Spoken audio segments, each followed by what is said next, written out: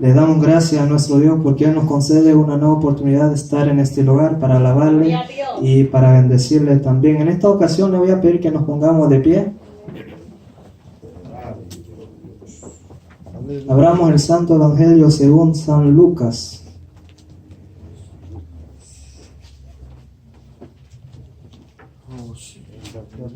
Capítulo número 13.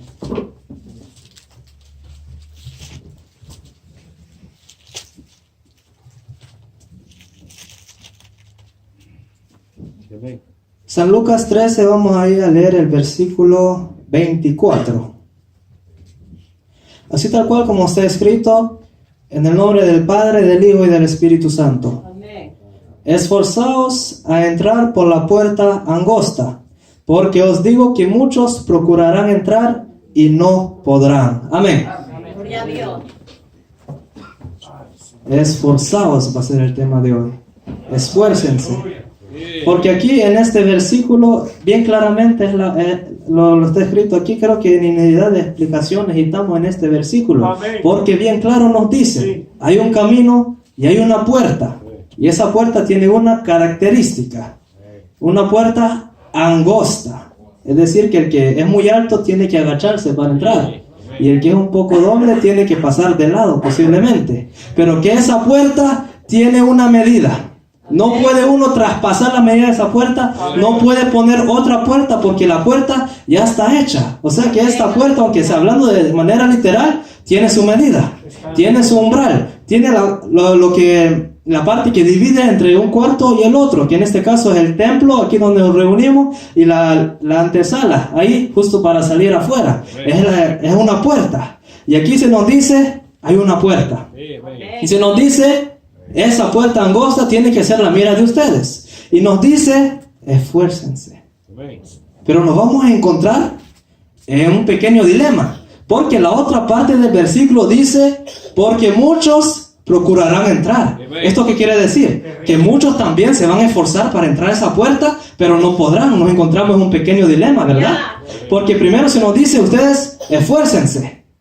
Pero al esforzar es porque tratamos de entrar en la puerta. Sí. Pero que después dice, porque muchos también se esforzarán para entrar. ¿Esto qué nos quiere decir? Que para entrar en esta puerta no son esfuerzos humanos los que necesitan, lo que uno necesita, sino que son fuerzas espirituales. Amén. Porque muchos pueden tratar de ir en este camino, pero si no han aceptado de verdad al Señor y Salvador Jesucristo, todo eso es en vano. Si no luchan con amor hacia los hermanos, todo esto es en vano. Por lo cual se nos dice, esforzado a entrar por esta puerta, una puerta angosta. ¿Y qué nos quiere decir? Que los esfuerzos que nosotros tenemos que dar, Dios primeramente nos demandó algo esencial, de los cuales ni leer la palabra es, sino que primeramente nos dice que Dios hizo todo el camino. Dios trazó todo el camino. Es más, ni es un camino que nosotros tenemos que trazar, sino que la senda ya está hecha y a nosotros nos corresponde caminar por él. Amén. Por el cual la Biblia dice que aunque el hombre o la mujer sea muy torpe, pero si va por este camino, no se va a perder. Sin embargo, hay otros hombres muy sabios que ellos piensan que todos los caminos son caminos buenos y que el fin de ellos se va a encontrar con la muerte. Por lo cual había un dicho que se decía, todos los caminos llegan a Roma. Hasta cierto punto, no sé si el dicho en literal será verdadero, pero muchos dicen todos los caminos llegan al cielo, y eso es falso. Porque alguien le puede preguntar, y pastor, ¿me puedo poner chores? El pastor le puede decir que sí. Pastor, ¿puedo hacer esto? También. Y entonces, ¿qué es lo que no puedo hacer? El pastor, la respuesta que va a dar el pastor es, si sigue haciendo todos esos deseos de la carne, no va a entrar al cielo. Amén. Pero que de hacerlo sí lo puede hacer, porque cada quien es libre de hacer lo que uno quiere hacer en la vida. Por lo cual, nos dice, esforzaos. ¿Por qué? Porque el pueblo del Señor tiene que ser un pueblo diferente a los demás. Por lo cual, por mucho tiempo, el pueblo del Señor fue uno de los pueblos que fue más maltratado en la historia de la humanidad. Y también uno de los más temidos también. Por el cual tenemos que esforzarnos por entrar por esta puerta angosta. Y tenemos la respuesta en San Juan 14:6. Y Jesús dijo, yo soy el camino, la verdad y la vida. Pero al hablar del camino, ¿qué nos quiere decir? Él no dijo, yo soy uno de los caminos, sino que él dijo claramente, yo soy el camino. Hay una diferencia al analizar las palabras. Tenemos que ver lo que cada una de esas palabras quiere decir. Porque en otras palabras, posiblemente hubiera dicho un camino. por el cual uno de los caminos para ir a Jerusalén solamente es uno de los caminos que iban hacia Jerusalén, pero que en algún momento aún la Escritura nos dice que hay caminos que son inevitables, hay caminos que el ser humano tiene que pasar por ahí, y la prueba que tenemos es que en el Evangelio de Juan capítulo 4 nos dice, y le era inevitable al Señor Jesús pasar por Samaria. Había algo inevitable que tenía que suceder ahí en ese lugar. Y ahí vemos que sucede fue cuando habla ahí con la mujer samaritana. Pero la palabra dice, y era necesario. Había una necesidad que el Señor Jesús pasase por ahí. Y la manera geográfica lo podemos entender mejor. Porque Galilea estaba al norte, Judea estaba al sur, y entre medio de los dos estaba esa región que comúnmente en la Biblia se llama Samaria. Entonces con más facilidad podemos entender que para ir de Galilea a Judea, en vez de ir a dar toda la vuelta por Persia, pasaban por Samaria, del cual ahí hubo una hembra en el pozo de Jacob, que ahí estaba ahí ella, y vio que un judío posiblemente se reconocía entre ellos quiénes eran judíos y quiénes eran de Samaria, porque hasta le dijo, si tú eres judío, ¿por qué me vienes a pedir agua a mí? Y Jesús le dijo, como diciendo, no importando de qué tribu somos, pero que todo aquel que ve al Señor Jesús tendría que reconocer que si Él nos pide agua, nosotros tendríamos que estarle pidiendo a Él. Ese es el mensaje que iba a llegar a esa ciudad de Samaria, porque muchos pensaban que la única agua que tenían que ir a buscar era el agua del pozo, iban a ir más profundo, pero un día por ahí se pasó el agua de vida. Por ahí un día se pasó aquel que tenía la solución para aquella sed del alma humana, porque muchas cosas pueden saciar nuestra sed, pero sacian de una manera temporal, porque el mundo es temporal, el mundo pasa, pero llegará el momento en que dice, el que quiera tomar agua, venga a mí y beba del agua de la vida y nunca más tendrá sed. ¿Qué quiere decir eso? Que acepto una vez, me congrego unos días y ya nunca más voy a tener sed. No es eso lo que quiere decir. Lo que quiere decir es que una vez que aprobamos de esta sed, como que vamos a tener una adicción a esta agua, por así decirlo, aunque el término posiblemente no sea indicado, por lo cual todas las otras fuentes de agua que pueden existir en la vida han de ser insignificantes para nosotros, porque hoy sí de verdad hemos tomado del agua de la vida. Porque alguien que no ha tomado de la vida siempre va a estar tentado a tomar de otra fuente, porque todavía no ha probado verdaderamente del agua de la vida. Y por eso nos dice, muchos procurarán entrar, pero dice, esforzados por entrar por la puerta angosta. Aquí se nos habla de una puerta, ¿verdad? ¿Y cuál es la razón? Porque si nosotros nos esforzamos por entrar por esa puerta, la puerta ancha ya no tiene ningún significado para nosotros, ya no tiene ninguna razón de importarnos a nosotros, porque ese ya quedó atrás. De esa salimos y nosotros vamos hacia la puerta angosta que está escrita en este lugar, porque la puerta ancha todavía existe, pero que si nosotros luchamos por esta puerta angosta, en este versículo dice, ya no se preocupen de aquella, porque vuestra mira es la que está aquí adelante. Por lo cual dice, el camino, la verdad y la vida. Al decir el camino, es que son todas las religiones el día de hoy. Todos dicen que todos llegan al cielo, pero ¿es verdad eso? No son todas las religiones que llevan al cielo, pero que aún de esta simple palabra de Dios, de esta versión, han salido miles de religiones, posiblemente miles de creencias, por lo cual, aun que salga basado en partes de la Biblia, tampoco nos puede llegar al cielo si no se entiende en su totalidad cuál es el mensaje que la Biblia refleja. No me van a decir que los testigos de Jehová son salvos, no, porque ellos ni creen en el infierno. Entonces, ¿para qué decir si hay una salvación si no hay condenación? Es ilógico, porque para que exista lo uno tiene que existir lo otro, pero que para ellos si no hay condenación, entonces ¿cómo va a haber salvación después? No hay lógica en eso. Los mormones, ellos piensan diferente. Ellos piensan que cuando uno si haga todo bien en la vida, uno cuando va a llegar al paraíso va a ser como Dios, por el cual ellos creen en la Trinidad, pero no como nosotros, porque ellos dicen que Jehová es un Dios, que Jesús es otro Dios y que el Espíritu Santo es otro Dios. Para ellos son 3 dioses, literalmente. Dicen que hay muchos más todavía, pero que en nuestra parte del universo, según ellos, solo son esos 3 que están gobernando. Entonces son creencias que de aquí mismo han salido, pero es de verdad que después ellos sacaron sus propios libros también, ¿verdad? Sacaron el libro de Mormón, sacaron las ordenanzas, la perla de gran precio también, y sacaron un montón de libros que hoy reemplazaron la Biblia, las santas palabras, las palabras que el Señor Jesús había inspirado por medio del Espíritu Santo a los santos apóstoles y a los profetas. Han cambiado todo eso, por lo cual no son todas las religiones que llevan al cielo. Es más, Santiago nos dice cuál es la verdadera religión, ¿verdad? Santiago 1:27, la verdadera religión pura y sin mácula delante de Dios, así como dice esta versión, es ir a visitar a las viudas y los huérfanos en sus aflicciones y guardarse sin mancha del mundo.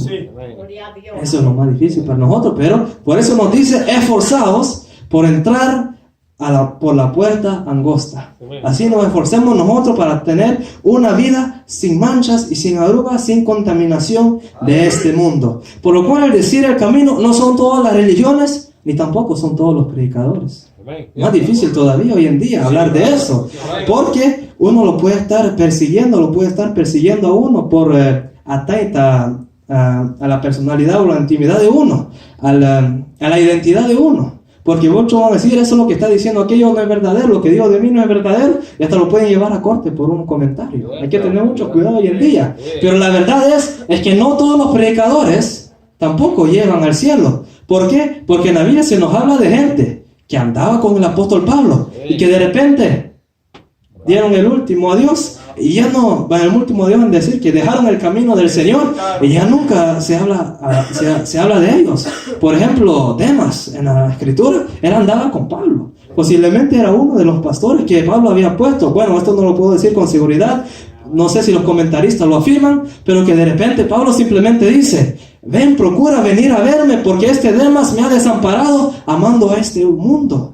Él se fue tras otros caminos, por lo cual no son todos los predicadores, por lo cual muchos hoy pueden aceptar, pueden bautizarse aún y pueden estar en los altares, pero que no son los predicadores que llevan al cielo, sino que es el camino, la verdad y la vida, que es Jesús el que lleva al cielo. Porque recuerdan de una vez que cuando Felipe había llegado a Samaria, el Espíritu Santo cayó sobre aquellos. Habían aceptado el nombre del Señor, se bautizaron y entre ellos había un mago.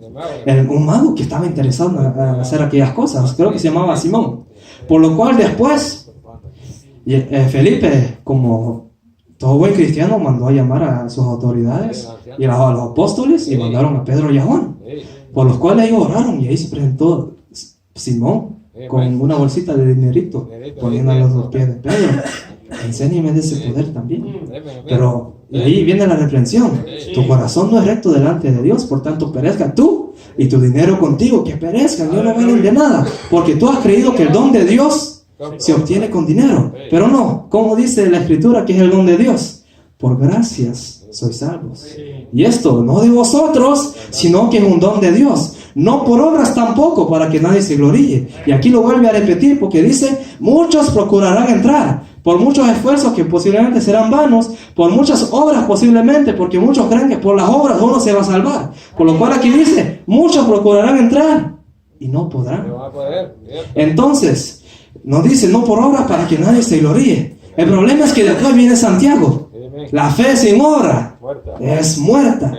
¿Qué es lo que quiere decir eso? ¿Será que la obra es lo que da la salvación? No, la salvación es por fe. 2 letras. Esa es la única palabra que nosotros tenemos que entender, que la salvación es por fe. La Iglesia Católica en los tiempos de la Reforma había caído en un grave pecado, que se le llama la simonía, por lo que el mismo Simón había hecho, de tratar de comprar o de vender los asuntos espirituales. De ahí viene la palabra simonía, el cual es uno de los pecados que había caído la Iglesia Católica. Por lo cual, ¿querés que bauticemos a tu hijo? Páganos. La extrema unción, los últimos sacramentos antes de morir. También estás en apuro. Bueno, ya te va a ir ese dinero, mejor que se quede en nuestra bolsita, decían los curas. Entonces, para todos los sacramentos, aún para las bodas, tenían que pagar. Pero eso no es así, porque la palabra del Señor dice que el obrero es digno de su alimento, el obrero es digno de su salario. Y aún el mismo Jesús dijo, cuando ustedes vayan, si le dan un plato de comer, agárrenlo. Y si no le dan nada, no se quejen, porque el obrero es digno de su alimento. Por lo cual nosotros tenemos que tener cuidado con todas esas cosas. Entonces decimos, el camino no son todas las religiones, ni son todos los predicadores, ni tampoco son todas las obras piadosas, o piadosas entre comillas, porque también existen piadosas entre comillas. Por lo cual, Santiago viene y dice, la fe sin obra es muerta. Pero la salvación, como lo dice Pablo en Efesios 2, es por fe, no por obras. Pero ¿qué es lo que quiere decir eso?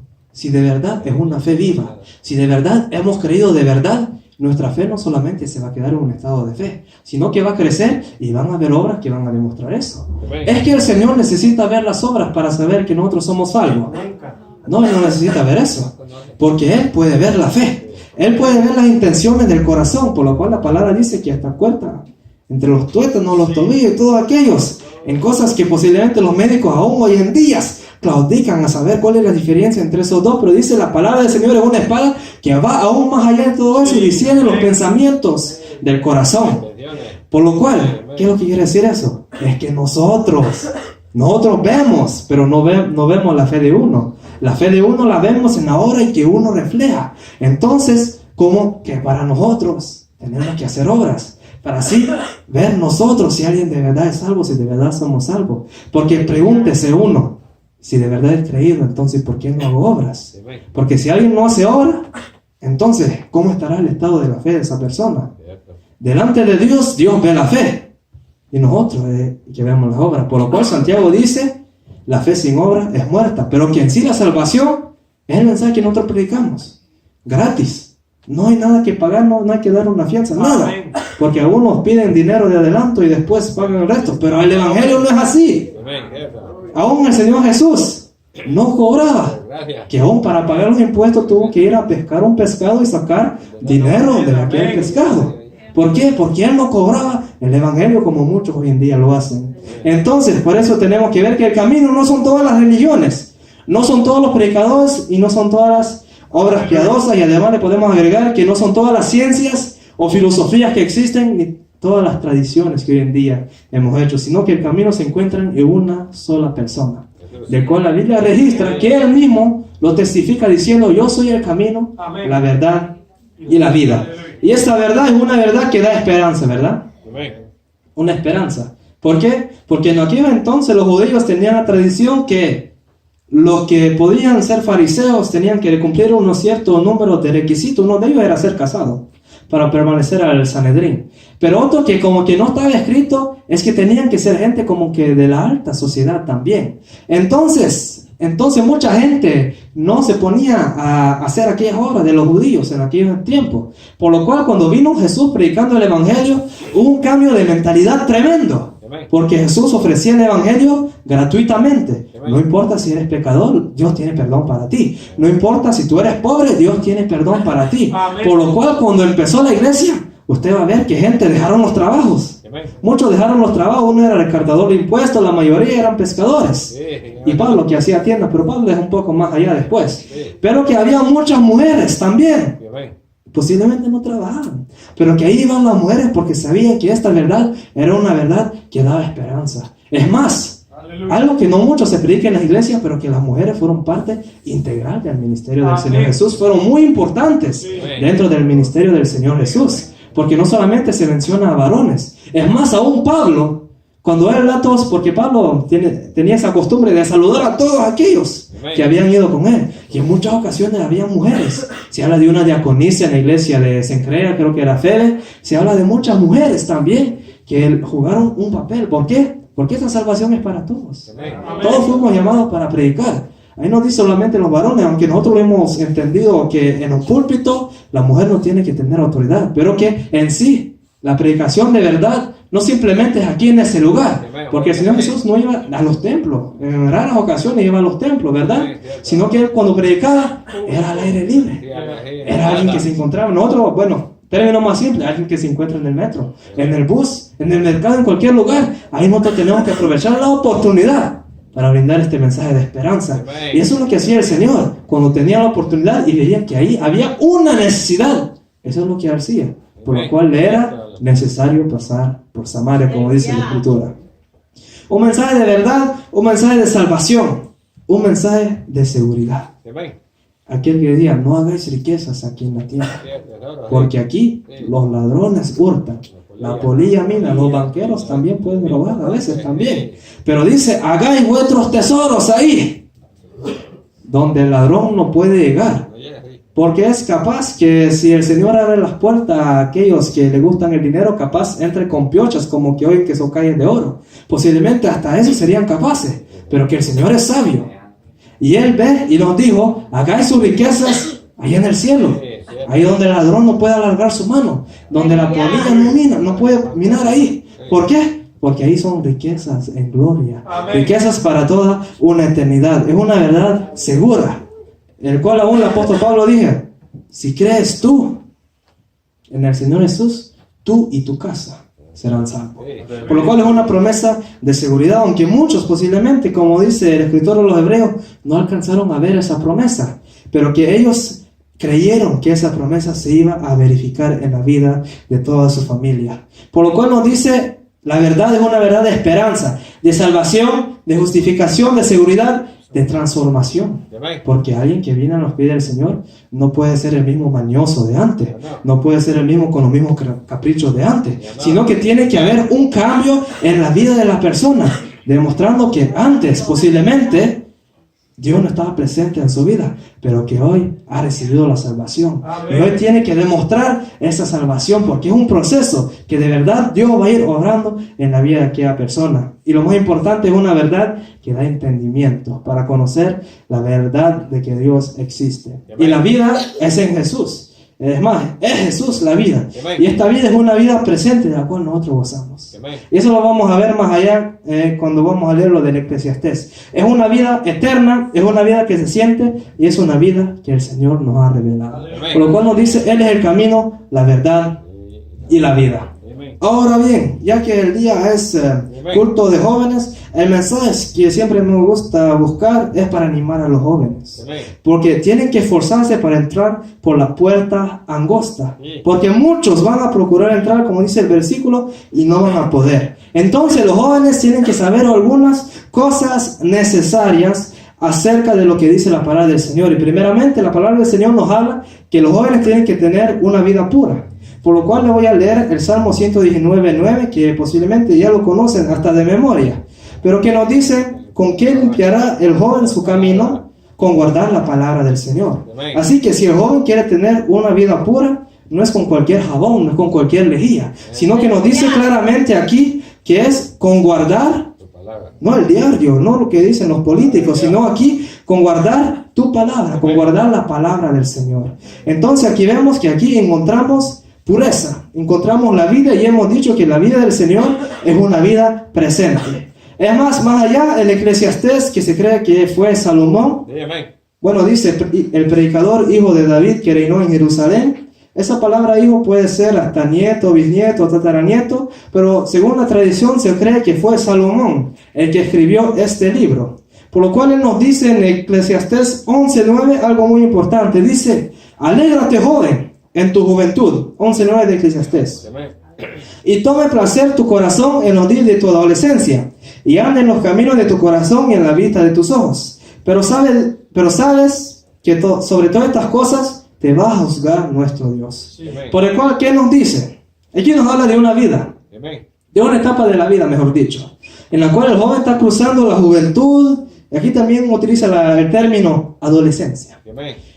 Un momento en que los jóvenes posiblemente están buscando qué hacer en la vida. Porque recuérdense que hay 3 preguntas existenciales en la vida. Primera es, ¿de qué voy a comer? ¿De qué voy a trabajar? Segunda, ¿con quién voy a vivir? ¿Con quién me voy a casar? Porque el ser humano es un ser sociable. Y la tercera, que es la más importante para cada uno de nosotros y que la humanidad no entiende, es ¿dónde voy a pasar la vida eterna? Esas 3 preguntas son 3 preguntas existenciales en la vida de cada ser humano. Bueno, los que no creen en la condenación ya la tienen resuelta, la tercera ni se la preguntan. Pero nosotros que sabemos que hay un cielo y hay un infierno, hay una gloria y hay un infierno también, tenemos que ponernos esas 3 preguntas. Y la tercera es importante, sobre todo en estas reuniones, porque se nos habla acerca del carácter del ser cristiano, del discipulado en muchas ocasiones, y se nos dice, ¿a dónde voy a pasar la vida eterna? Pero aquí todavía no habla de la vida eterna en la primera parte del versículo, porque dice, joven, estás en la juventud, estás en la adolescencia, alégrate, gózate, toma placer tu corazón los días de tu adolescencia. Con otras palabras, dale rienda suelta, disfruta. Pero después dice, pero recuerda No eres ignorante a la palabra del Señor, sino que la palabra del Señor dice, sobre todas las cosas que tú vas a hacer, hay un Dios que te va a juzgar. Y ese Dios es un Dios justo. No como otro que le puede dar un billete de 20, un billete de los rojitos, y ahí le puede aliviar el juicio. Pero que ese Dios es un Dios justo, del cual no podemos ni comprarle con dinero. Es más, Él es el dueño del oro y la plata. ¿Y nosotros cómo? Imagínense si la salvación, si el aire que nosotros respiramos, si Él nos mandara un bill mensual cada mes. Imagínense. Posiblemente muchos de nosotros no podríamos pagar. Pero Dios es bueno. Que esta salvación la dio gratuitamente. Que el aire que respiramos, Él le dio la facultad a las plantas para poner todo ese aire. Porque Dios sabe, cuando Él creó la creación, Él le dio su función a cada una de ellas. Y Dios es sabio. Creó las plantas primero. ¿Por qué? Porque en ese día que Dios creó las plantas, ya iban produciendo el aire. Para que cuando los animales, los seres humanos estuvieran ahí, no tuvieran dificultad de respirar. Dios es sabio cuando hace las cosas, ¿verdad, hermanos? Por lo cual Él dice, alégrate, joven. Toma el placer, alégrate, eres joven, disfruta de la vida. Pero que sobre todas esas cosas, recuerda que hay un Dios, que Él te va a juzgar por los hechos que tú has hecho. Entonces es muy importante que un día reconocer que tenemos que dar cuenta también.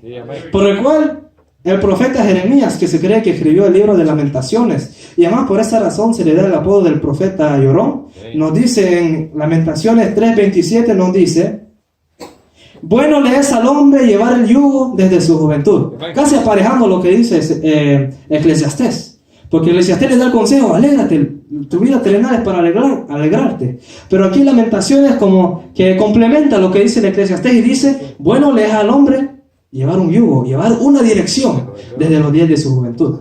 Por el cual se oyen muchos testimonios de hermanos que vinieron ya a edad adulta y ellos testifican, yo hubiera querido haber aceptado antes los días de mi juventud. Aquí se cumple lo que dice Jeremías, el escritor de Lamentaciones. Porque dice, bueno le es al hombre llevar el yugo desde su juventud. Bueno le es al hombre reconocer el camino de la salvación en los días de su juventud. Y el conocedor se puede ejercitar en eso. Pero que también la palabra del Señor dice, venid a mí, los que están cansados y encargados. ¿Cómo un joven va a decir eso si está en la flor de la fuerza? Yo no estoy cansado, puede decir el joven jactándose de sus fuerzas. Yo no estoy cargado si yo puedo hacer todo al mismo tiempo. Escuela, trabajo, iglesia, yo puedo hacer todo al mismo tiempo. Eso no es un problema. Pero va a llegar el momento en que venid a mí, cansados y cargados, yo lo voy a hacer descansar. Una paz espiritual que va a llegar el momento en la vida del joven en que va a anhelar eso. Y que va posiblemente a tratar de muchas fuentes, pero que hay una sola fuente que da la vida y la verdad, que da luz a nuestras vidas, que da la salvación, y ese es aquel que dijo, venid a mí, cansados y cargados, y yo los haré descansar. Por lo cual es bueno al hombre llevar el yugo desde la juventud, porque ligera es mi carga, y fácil mi yugo, dice el Señor Jesús también. Entonces tenemos la vida pura, dar cuenta, refrenarse. Otra cosa importante en la vida de los jóvenes que tienen que saber son las influencias. Cierto. ¿Ustedes prefieren ser influenciados o influenciar a alguien? Bueno, dependiendo, dice el hermano Manuel. Pero que en la mayoría de casos, si uno influencia a alguien, lo quiere influenciar de una buena manera. Y no lo quiere influenciar para malo, porque si no después va a decir, esa es mala amistad que tú tienes. Aunque uno sea cristiano, le pueden decir eso de uno. ¿Por qué? Porque nosotros también somos influencia. O sea, es más.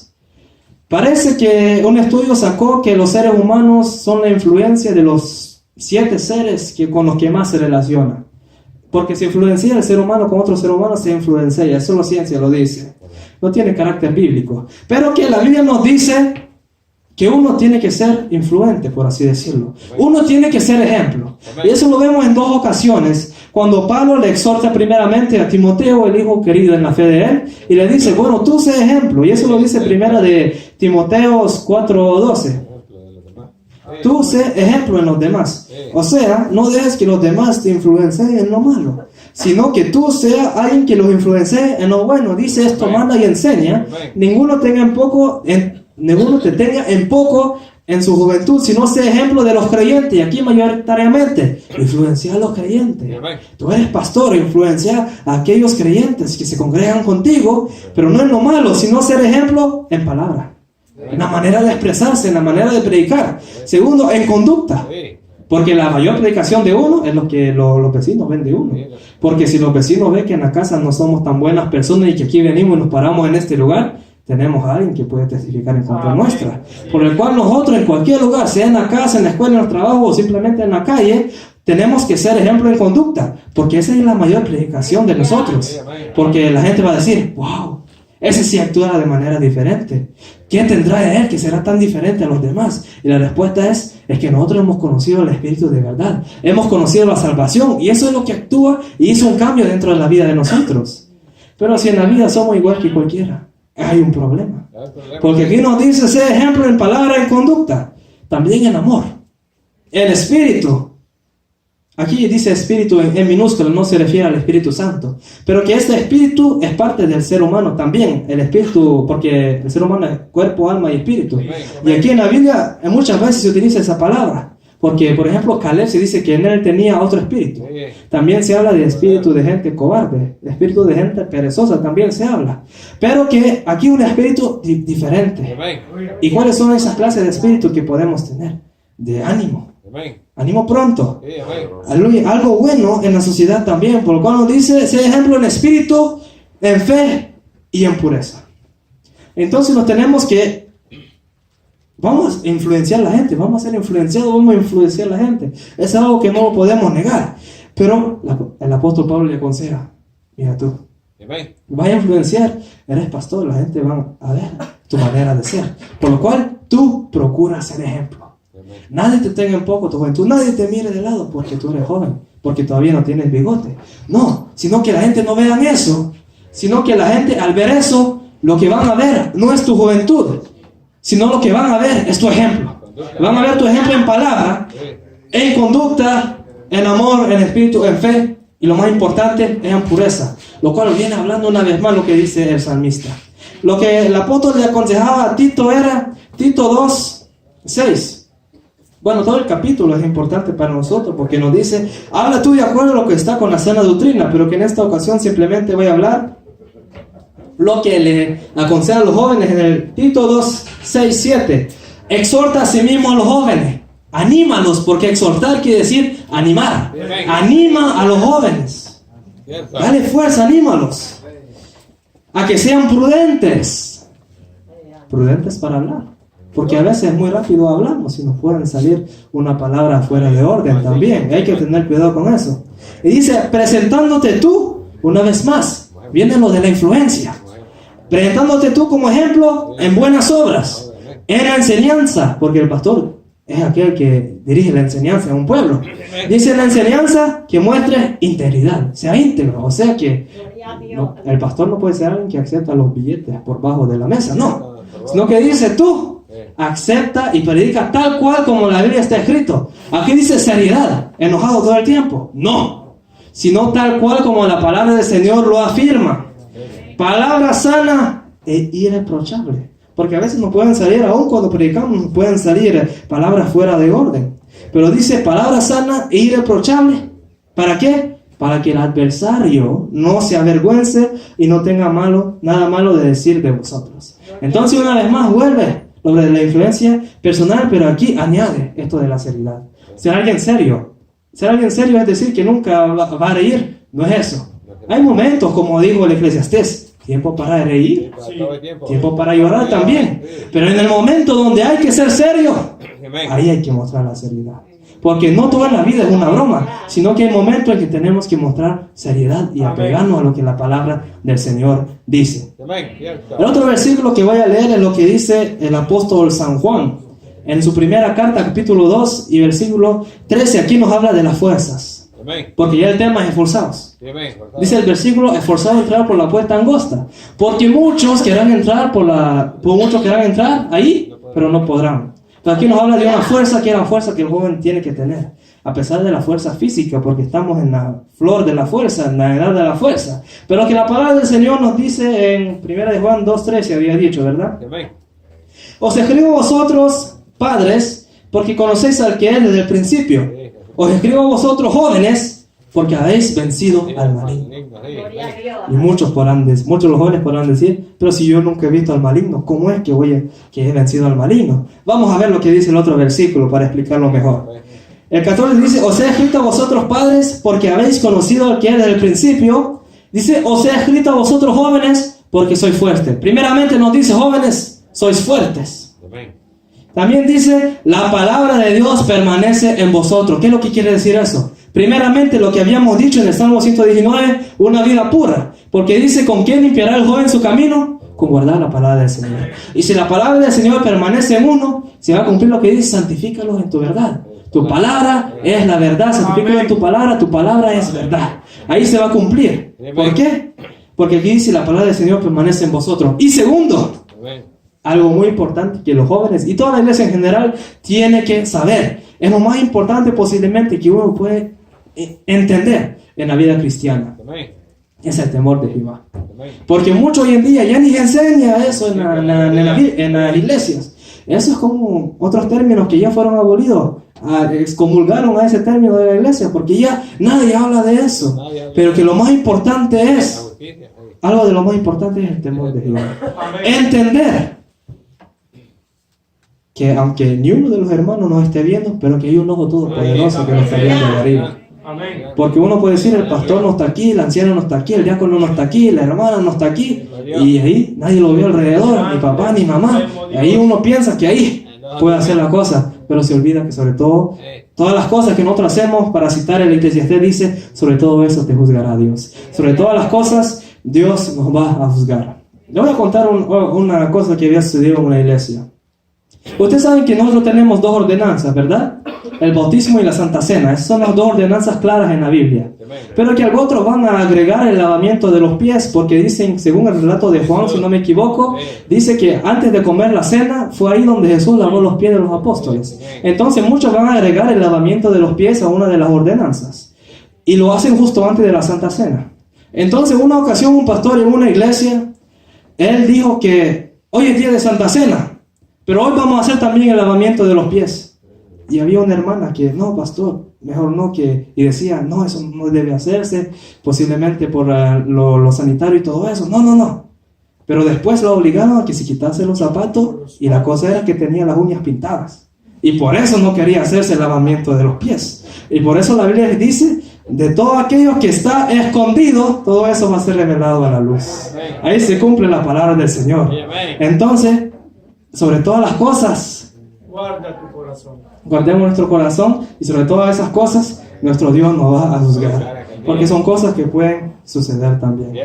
Entonces, para recapitular lo que habíamos dicho, hemos hablado que hay un solo camino, una sola verdad, una sola vida. Que el camino, a pesar de que muchos ofrecen aparentemente este camino, un camino que va al cielo, pero que no son todas las religiones, no son todos los predicadores, ni tampoco son todas las obras piadosas que uno trata de hacer que nos van a llevar a ese camino. Porque uno es el camino y es Jesús. Uno es la verdad, y esa verdad es esperanza. Y lo más importante es que da salvación a cada uno de nuestras almas. Y esa vida no es en nadie más, sino que es en Jesús.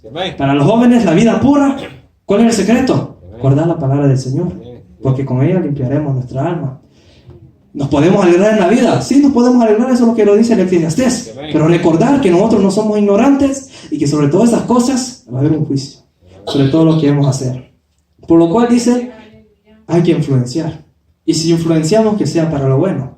A Timoteo ya se le dijo, sé tu ejemplo. Que cuando la gente te vea, no vea tu juventud, sino que vea tu ejemplo en buena conducta. Y también a Tito se le había dicho. Y lo último es, en esto estaba. En esto vamos a concluir. Dice, porque soy fuerte, la palabra del Señor permanece en vosotros, y por esa razón dice, porque habéis vencido al maligno. Así la pregunta, aunque posiblemente nadie lo haya visto, pero que la Biblia dice, ustedes jóvenes habéis vencido al maligno por dos razones, porque sois fuertes, tenéis la fuerza espiritual y física, y también nos dice, y porque más importante que la palabra del Señor, somos conocedores de la palabra del Señor, la ponemos por obra, y por eso nos dice, y por eso la palabra del Señor permanece en vosotros, y por eso habéis vencido al maligno. Entonces el tema de hoy es esfuércense.